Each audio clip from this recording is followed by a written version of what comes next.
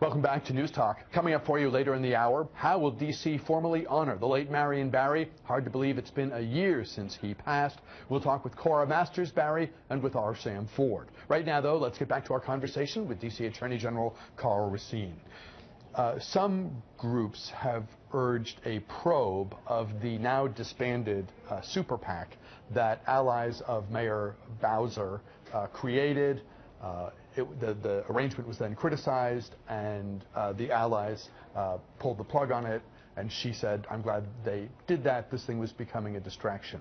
Some of the groups, some of the voices who were vocal prior to that decision have not receded and just said, okay, we got what we wanted, so we're going to fold up our tent and focus on other issues now. They want a probe because they just don't like the optics and the sense that everything wasn't quite right in terms of public integrity during the period that donations were being solicited. Will there be a probe, and do you share any of the concerns that have been raised? Well, I'm happy that the PAC decided to disband. I think the questions that were raised by the PAC really focused on the appearance of pay-to-play politics in the District of Columbia and the clear sense that the public absolutely doesn't want that kind of environment to corrupt the District of Columbia.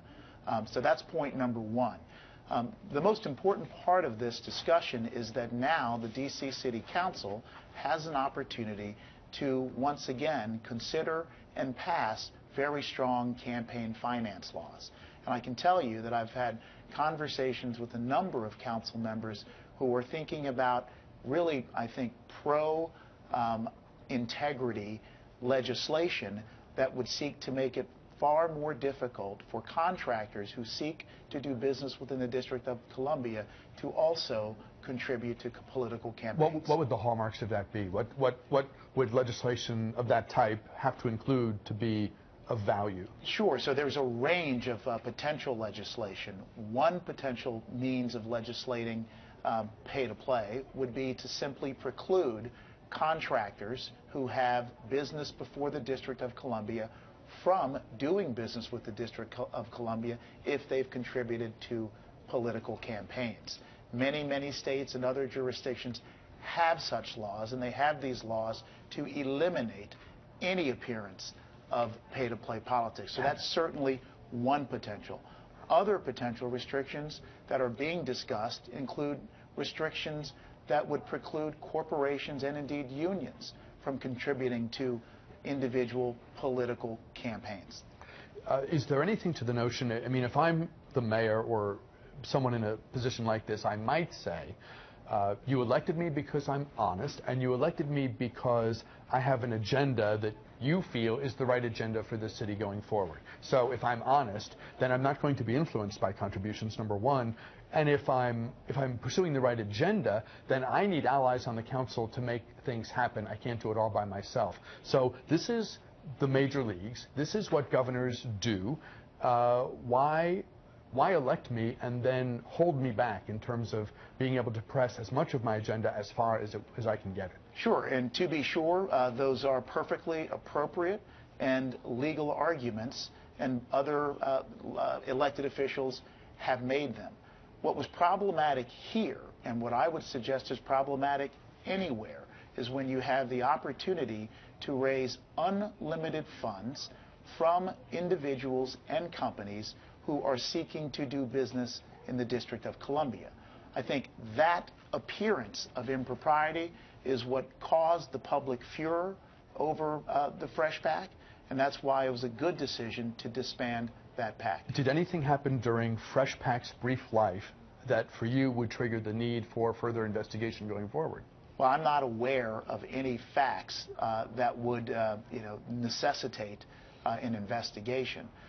Let me be more specific. I know that there are critics of the Pepco-Exelon deal who have questions about Fresh PAC's involvement. I don't know about any facts related to any involvement on the PAC with the deal.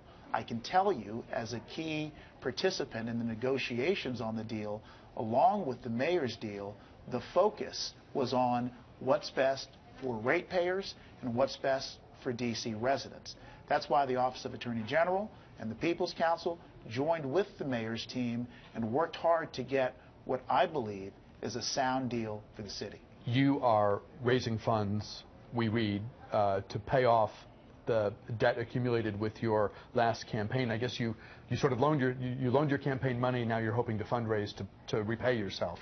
That generated a city paper headline that I want to give you the opportunity to respond to. It said Carl Racine has campaign finance issues of his own. How do you enter this thicket without having some of the same issues that have referenced Fresh PAC in your own circumstance? Sure. And look, as a public official who ran for office, I welcome the public scrutiny and certainly welcome the scrutiny on all activities, including fundraising, albeit retirement of campaign debt. Those are fair questions, and I'm happy to address those. First, with respect to my own campaign fundraising efforts now, I can tell you that no participants are participants who I place on boards or commissions. The Office of Attorney General doesn't do that. Moreover, we have a very strict regimen that we go through in regards to our solicitation of fundraising. We don't seek to fundraise from folks who do business with the District of Columbia or seeking contracts from the Office of Attorney General. And so when it comes to campaign finance reform, we're going to be very, very aggressive in regards to proposing laws that would seek to get out that appearance of pay-to-play politics. The investigation of Vince Gray's 2010 campaign occurred almost entirely under the leadership of former U.S. Attorney Ron Machen. When he returned to the private sector, a colleague, Vincent Cohen, who'd been closely connected to the work of that case, Vincent Cohen, became head of the office. He was there a short time. It's tough for us on the outside to gauge the extent to which, if at all, the ball moved during Mr. Cohen's tenure, and now Channing Phillips is head of the office. So it's 5 years in, it's 3 U.S. attorneys for the District of Columbia, and the thing still lingers. Is it time? And I think you and I have discussed this before, but here we are, we're close to 2016. Is it time for them to do something, or say it's over, we had our chance, and out of a broad sense of fairness, and understanding that some of the people connected with the campaign effort have entered guilty pleas, sure, that enough already, we're not going to drag the public in the city through this a day longer? Well, I think it is time to bring the Vincent Gray investigation to closure. I do want to make a point, though. Ron Machen and Vincent Cohen came into their positions, and sure enough, there clearly was a lot of scandal occurring in D.C. government. They went in, they investigated, and as you noted, they brought many prosecutions. Those prosecutions were absolutely necessary to rid the government of dirty politics. The people being investigated didn't even try to go to court and uphold their innocence because they cut deals. They said, you know what, we get it, we're going to plead. And so I think, in all honesty, that we owe a debt to Mr. Machen and Mr. Cohen for their hard work. And I think that they pursued their job with integrity. I will note that I myself, as a private practitioner, represented a council member who would later plead guilty. And so I know that they were operating with zealousness, no doubt, in their investigation, but they thought that there was evidence to pursue wrong. So I give those gentlemen credit. At the end of the day, now is the time, under Channing Phillips, for him to review the Gray matter quickly. He's indicated that that's what he's going to do, and as I understand it, Mr. Phillips will make a decision in the next 30 days. That's what this city needs, is a decision. Sounds like it might come by the end of the calendar year. I take Mr. Phillips at his word.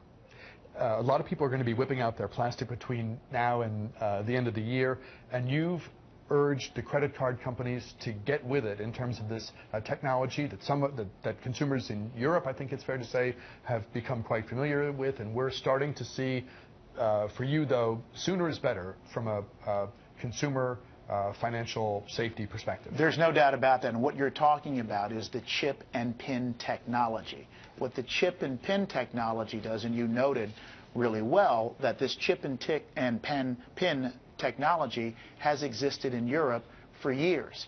And what Europe saw when they went to chip and pin technology is really important.